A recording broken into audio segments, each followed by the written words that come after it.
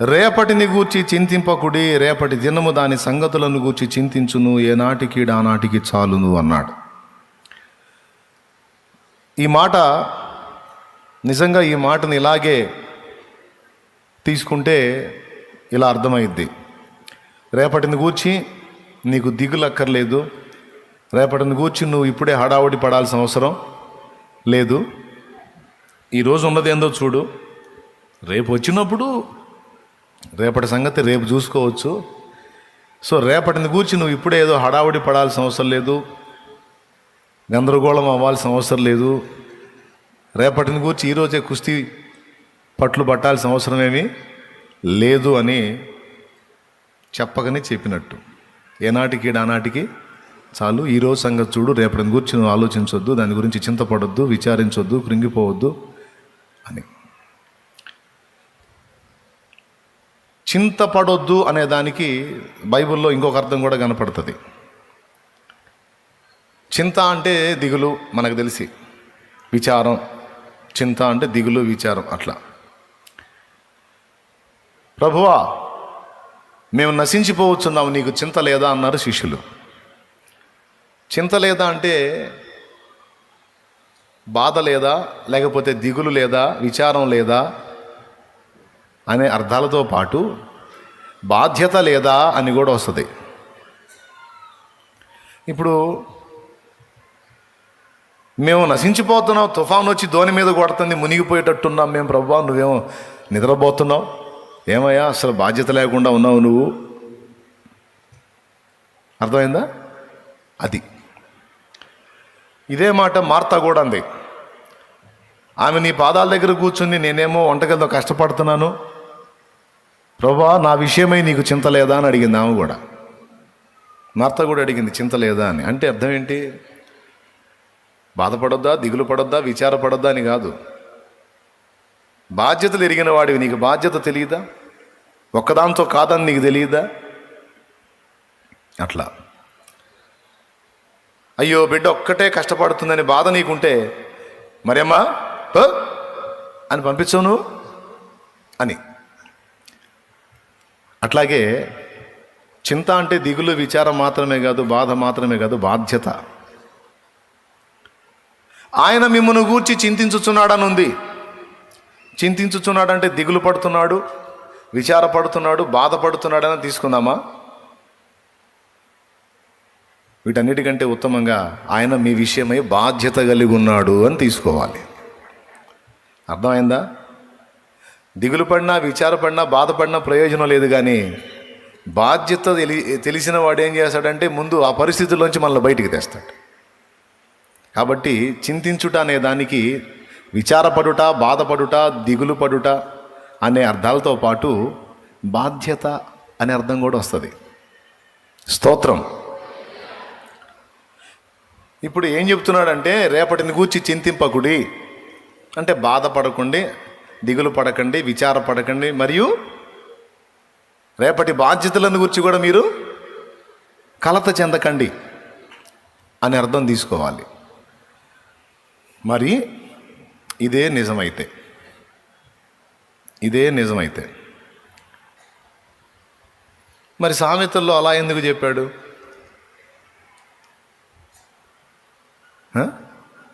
ఇప్పుడు ఈ మాటను అక్షరార్థంగా తీసుకుంటే రేపటిని గురించి నువ్వు దిగులు పడొద్దంటే మరి బాప్తీసం ఎందుకు? బాప్తీసం ఎప్పటికి తీసుకుంటున్నావు? ఇప్పటికా భవిష్యత్తుగా? పెద్దగా చెప్పాలి. రైట్. ఈ సేవ ఎందుకు? ఈ సేవ ఇప్పటి ప్రయోజనాన్ని ఆశించా, భవిష్యత్ ప్రయోజనాన్ని ఆశించా? ఈ సిద్ధపాట్లను కూర్చున్నట్టు ఉపదేశం ఎందుకు? సిద్ధపడండి, జాగ్రత్తగా ఉండండి, అట్లా ఉండండి, ఎట్లా ఉండండి, విశ్వాసాన్ని కాపాడుకోండి, భక్తి కలిగి ఉండండి, ఆత్మీయత కలిగి ఉండండి. ఇవన్నెందుకు? నువ్వేగా చెప్పావు రేపటిని గూర్చి చింతించొద్దని, రేపటిని గూర్చి చింతపడొద్దని నువ్వే చెబుతావు. మళ్ళీ మీ నడుములు కట్టుకొని ఉండండి, మీ దీపాలు వెలుగు చూడనియండి అని మళ్ళీ నువ్వే చెబుతావు. నువ్వే చెప్పావు రేపటి గురించి వద్దు నీకని. రేపు వచ్చినప్పుడు రేపు చూసుకుంటుంది నీకెందుకు అన్నావుగా. మీరు జాగ్రత్త కలిగి ఉండండి, మనుష్య కుమారుడు ఏ గడి అనవచ్చునో మీకు తెలియదు కాబట్టి ఆయన ఎదుర్కొన్నట్టుకు సిద్ధంగా ఉండండి అంటే రేపటి గురించి మీరు జాగ్రత్త కలిగి ఉండమనేగా అనేగా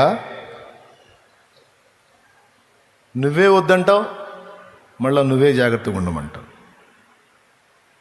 ఇది ఏమి ఇప్పుడు సరే అవి అంటే తీసేసేయండి, అవి ఆత్మ సంబంధమైనవి భవిష్యత్తుకు సంబంధించినవి అనుకుందాం. ఇక్కడ రేపటిని గూర్చి చింతించొద్దన్నాడా? మళ్ళీ సామెతలు చూడేమంటాడు, ఇప్పుడు రేపటిని గురించి దిగులు పడకుండా శుభ్రంగా ఈ పూటకి చేసుకొని తిని నిద్రపో అంటే అలా నిద్రపోతే మళ్ళీ చూడు ఏమంటున్నాడు చూడు. సామెతల గ్రంథంలో చీమల దగ్గరకు పొమ్మంటున్నాడు. అది కూడా 6వ అధ్యాయమే. సామెతలు 6వ అధ్యాయము 6వ వచనం 6:6. సోమరి చీమల యొద్దకు వెళ్ళుము, వాటి నడతలు కనిపెట్టి జ్ఞానము తెచ్చుకునుము. ఏమంటే 8వ వచనం చూడు. అవి వేసవి కాలమందు ఆహారము సిద్ధపరచుకొనును, కోతకాలమందు ధాన్యము కూర్చుకొనును. వేసవి కాలమందు ఆహారము సిద్ధపరచుకొనును, కోతకాలమందు ధాన్యము కూర్చుకొనును. ఎప్పటికీ? అప్పటికా భవిష్యత్తుకా? పెద్దగా చెప్పండి నాయనలారు. ఎప్పటికే? ఏమయ్యా రేపటిని గురించి దిగులు పడొద్దని నువ్వే చెబుతావు. సరే లేక రేపటి గురించి దిగులు వద్దన్నాడుగా మనకెందుకులే అని వదిలేస్తున్నా. స్వామిరే బుద్ధి లేదా నీకు? బుద్ధి లేదా? చీమలు చూసి సిగ్గు తెచ్చుకో, చీమలు చూసి సిగ్గు తెచ్చుకో. కోతకాలమందు వేసవి కాలమందు ధాన్యం వచ్చే టైంలో అవి మొత్తం స్టాక్ చేసుకుంటాయి. భవిష్యత్తు పొదుపును చూడాలంటే చీమలే మనకు సూపరం, మంచి మాదిరి. మీరు చీమల పుట్టలు ఎప్పుడన్నా తవ్వి చూసారా? పెద్ద స్టాక్ ఉంటుంది, వాటికి కూడా గోడౌన్స్ ఉంటాయి, చీమల గోడాలు ఉంటాయి, అని నింపేస్తాయి. ఎనీ టైం మనం చీమలకెళ్ళి చూస్తే ఆహార పదార్థం కానీ వాటికి మనం చూపించామంటే ఇక అంతా మూత పనిలోనే ఉంటాయి.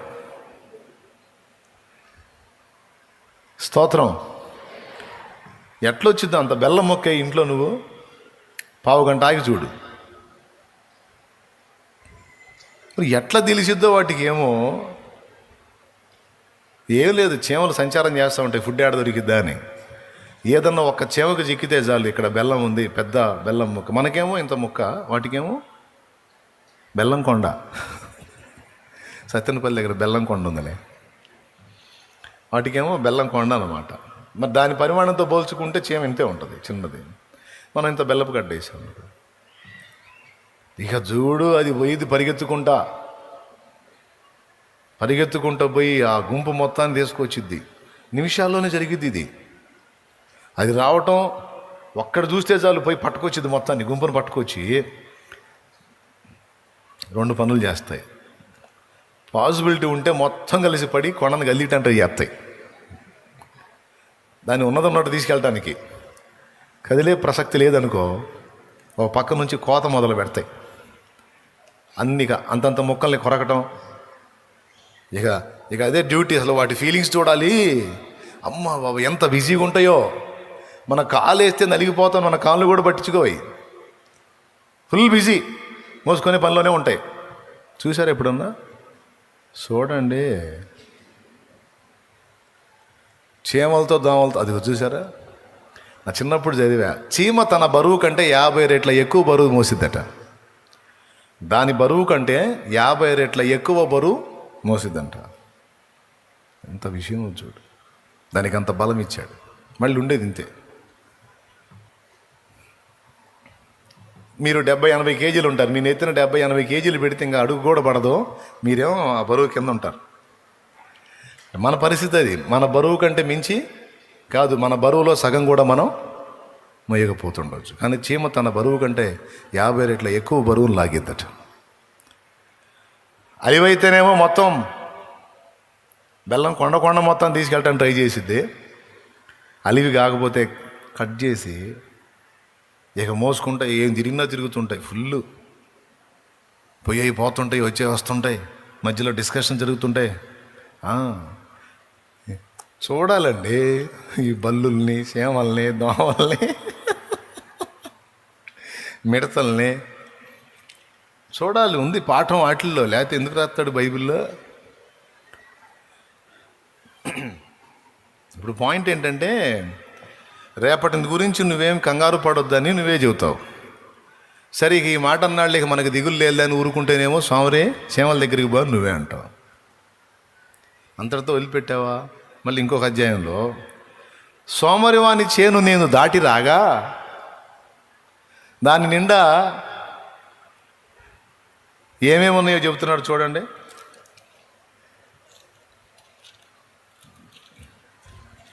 ఇరవై 24వ అధ్యాయం 30వ వచనం. సోమరివాని చేను నేను దాటి రాగా, తెలివిలేని వాని ద్రాక్ష తోట నేను దాటి రాగా, ఇదిగో దాని ఎన్నంతటా ముండ్ల తుప్పలు బలిసి ఉండెను. దూలగొండ్లు దాన్ని కప్పి ఉండెను, దాని రాతి కూడా పడి ఉండెను.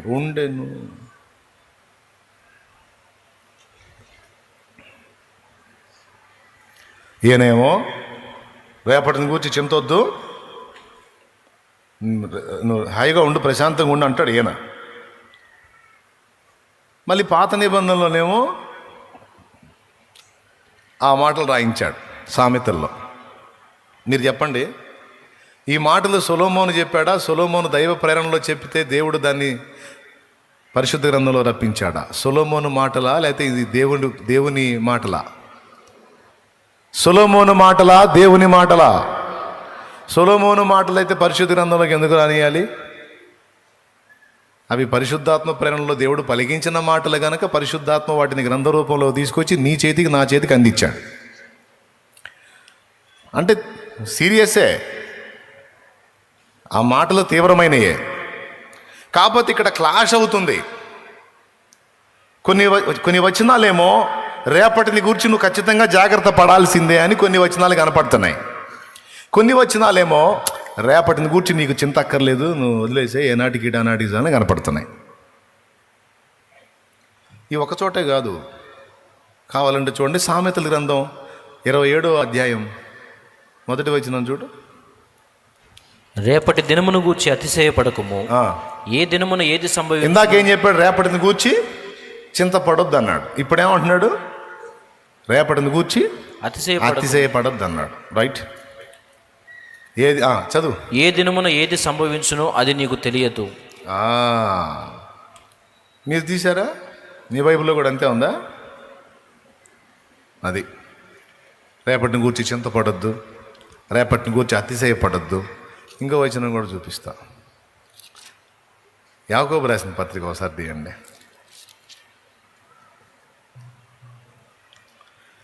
4:13 చదవండి. నేడైనను రేపైనను ఒకానొక పట్టణమునకు వెళ్ళి అక్కడ 1 సంవత్సరం ఉండే వ్యాపారము చేసి. రేపు రేపు రేపు నేడైనా రేపైనా రేపు ఒక పట్టణానికి వెళ్ళి అక్కడ 1 సంవత్సరం ఉండి వ్యాపారము చేసి లాభము సంపాదించము రండని చెప్పుకుని వారలారా. లాభం సంపాదించుకుందాం రండని చెప్పుకుని వారలారా. రేపేమి సంభవించునో మీకు తెలియదు. అద్దుగో, రేపేమి సంభవించునో మీకు తెలియదు. మీ జీవం ఏపాటిది, మీరు కొంతసేపు కనబడి అంతలో మాయమైపోవు ఆవిరి వంటి వారే. అందుకే నేను ఇందాక కొన్ని వచనాలేమో రేపటిని గురించి నీకు తెలియదు, ఏమి సంభవించునో నీకు తెలియదు, అతిశయపడొద్దు, చింతపడొద్దు. ఈ వచనాలన్నీ రేపటిని గూర్చి నువ్వు అతిశయపడొద్దు, చింతపడొద్దు, ప్రణాళికలు రచించొద్దు అని చూపిస్తున్నాయి. ప్రణాళిక అంటే ఏంటి? రేపు మనం ఒక పట్టణం వెళదాం, 1 సంవత్సరం ఉందాం, పైసలు కమాయిద్దాం, లాభం సంపాదించుకుందాం. ప్లాన్స్, ప్రణాళికలు.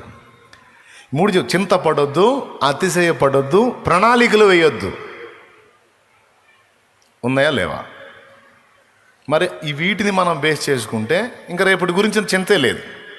కానీ మళ్ళీ ఇదే సామెతల్లో ఇందాక చూశాంగా 6:6 ఏమన్నాడు? సోమరి బుద్ధి లేదు, కష్టపడి సమకూర్చుకునేటప్పుడు సమకూర్చుకోవద్దు, ఇప్పుడు దాచిపెట్టుకుంటే రేపటికి పనికొస్తాయి అని ఆయన. ఏ క్యా హే? ఒక ధర్మ సందేహం.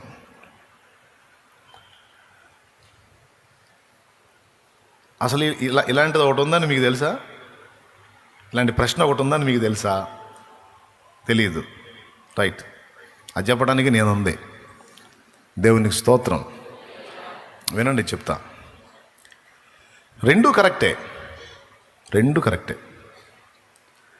రేపటిని గూర్చి నువ్వు చింతపడొద్దు అన్నది కరెక్టే.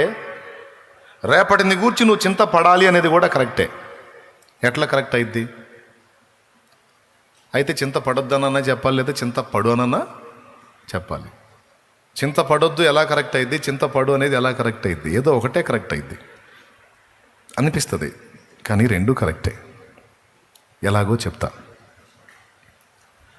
సామెతలు 27లో రేపటిని గూర్చి అతిశయపడొద్దు, రేపేమి సంభవించునో నీకు తెలియదు. రేపటిని గూర్చి అతిశయపడటం అంటే ఏంటి? ఒక మాట ఆలోచిద్దాం. ఒక ధనవంతుడి గురించి బైబిల్లో సాక్ష్యం చెప్పాడు. ధనవంతుడు ఒకడు ఉన్నాడు. ఆ సంవత్సరం వాడికి విస్తారమైన పంట పండింది. ముందే మంచి సౌండు.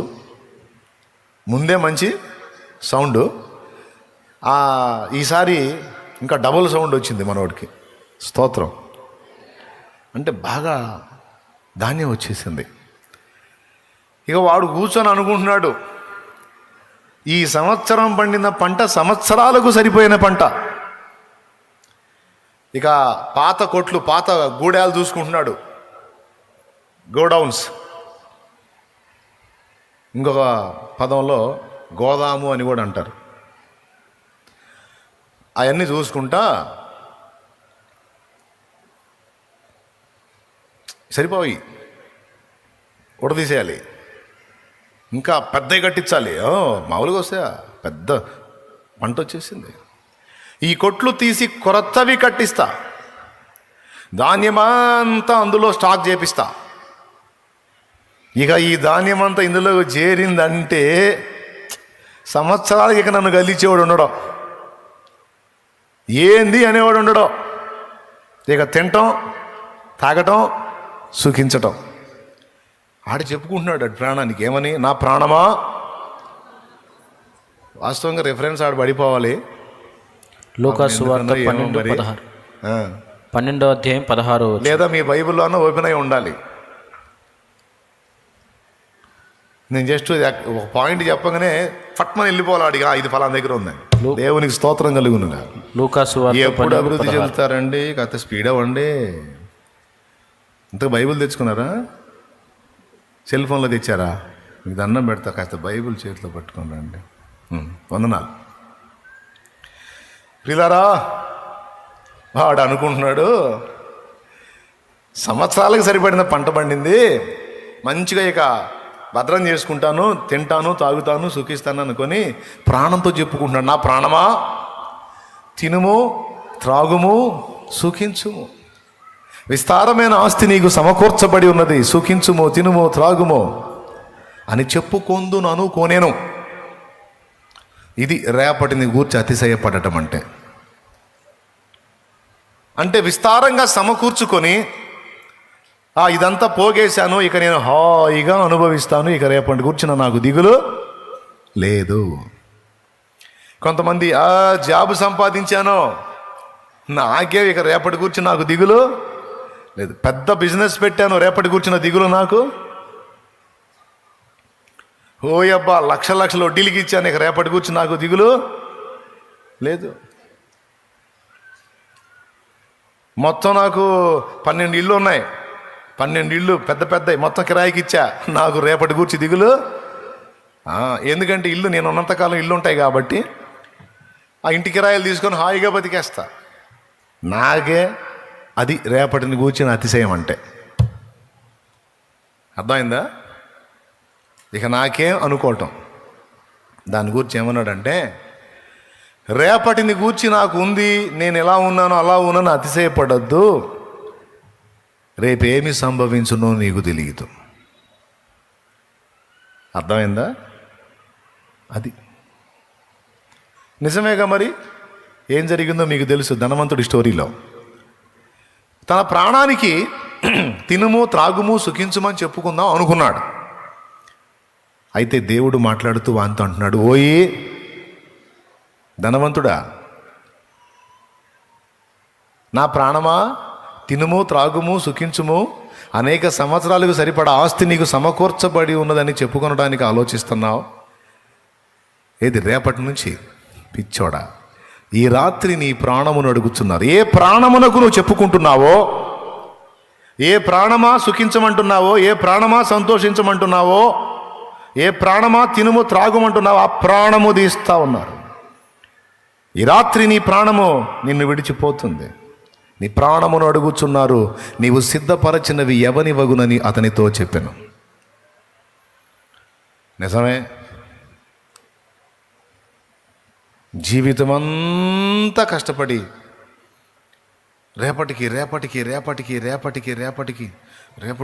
రేపటికుండాలా అని రేపు అని ఈరోజు దేవుడిచ్చిన మనశ్శాంతిని, ఆనందాన్ని, ఆదరణకరమైన జీవితాన్ని కోల్పోయి అశాంతిలో, ఆవేదనలో, అన్వేషణలో, కలతలో బ్రతికేస్తూ ఉంటారు కొంతమంది. రేపు అని అలాగని సమకూర్చుకొని చివరికి ఆ రేపు అనేది లేకుండా ఈనాడే వెళ్ళిపోతే లాభమేమి? ఇప్పుడు చెప్పండి. మరి ఈ కోణంలో చూస్తే మరి ఇక రేపటికి దాచిపెట్టుకోవాలని ఈరోజు గందరగోళం అవటం సబబేనా? ఆయన అంటాడు, విత్తని పక్షులను నిత్యము పోషించుచున్నావు.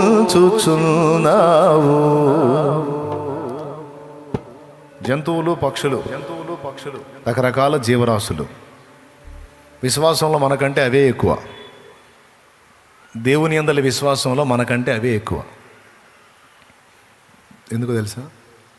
ఆకాశ పక్షులను చూడండి, అవి విత్తవు, కొయ్యవు, గోదాముల్లో, గరిసెల్లో, కొట్లల్లో దాచుకోవు. ఆయనను మీ పరలోకపు తండ్రి నిత్యము వాటిని పోషించుచున్నాడు. ఈ రోజుకు ఆహారం కోసం పొద్దున్నే లేచి కిలకిలారావాలతో దేవుని కృతజ్ఞతలు చెల్లించుకుంటాయి. ఆహారాన్వేషణకు బయలుదేరతాయి, అవి తింటాయి, పిల్లలకు పెడతాయి. సాయంత్రం వేళకి మళ్ళీ గూడి దగ్గరకు వచ్చి, ఈ పూటకి మా కడుపు నింపిన దేవా నీకు స్తోత్రమని మళ్ళా కిలకిలారావాలతో మళ్ళీ ఒకసారి స్తుతించి సాయంత్రానికి నిన్నకుండిపోతాయి. అంతకుముందు హైవేల పక్కన అక్కడక్కడ పెద్ద పెద్ద చెట్లు ఉండే, ఆ చెట్ల మీద పక్షులు ఉండే, అప్పుడప్పుడు అట్లాంటి చూస్తుండేవాళ్ళం. ఇప్పుడు చెట్లు కొట్టేసి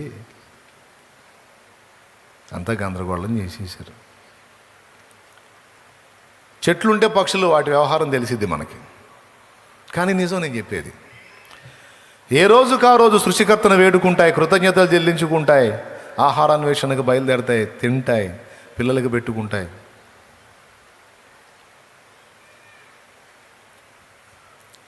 మనలాగా దిగులు పడవు, విచారపడవు.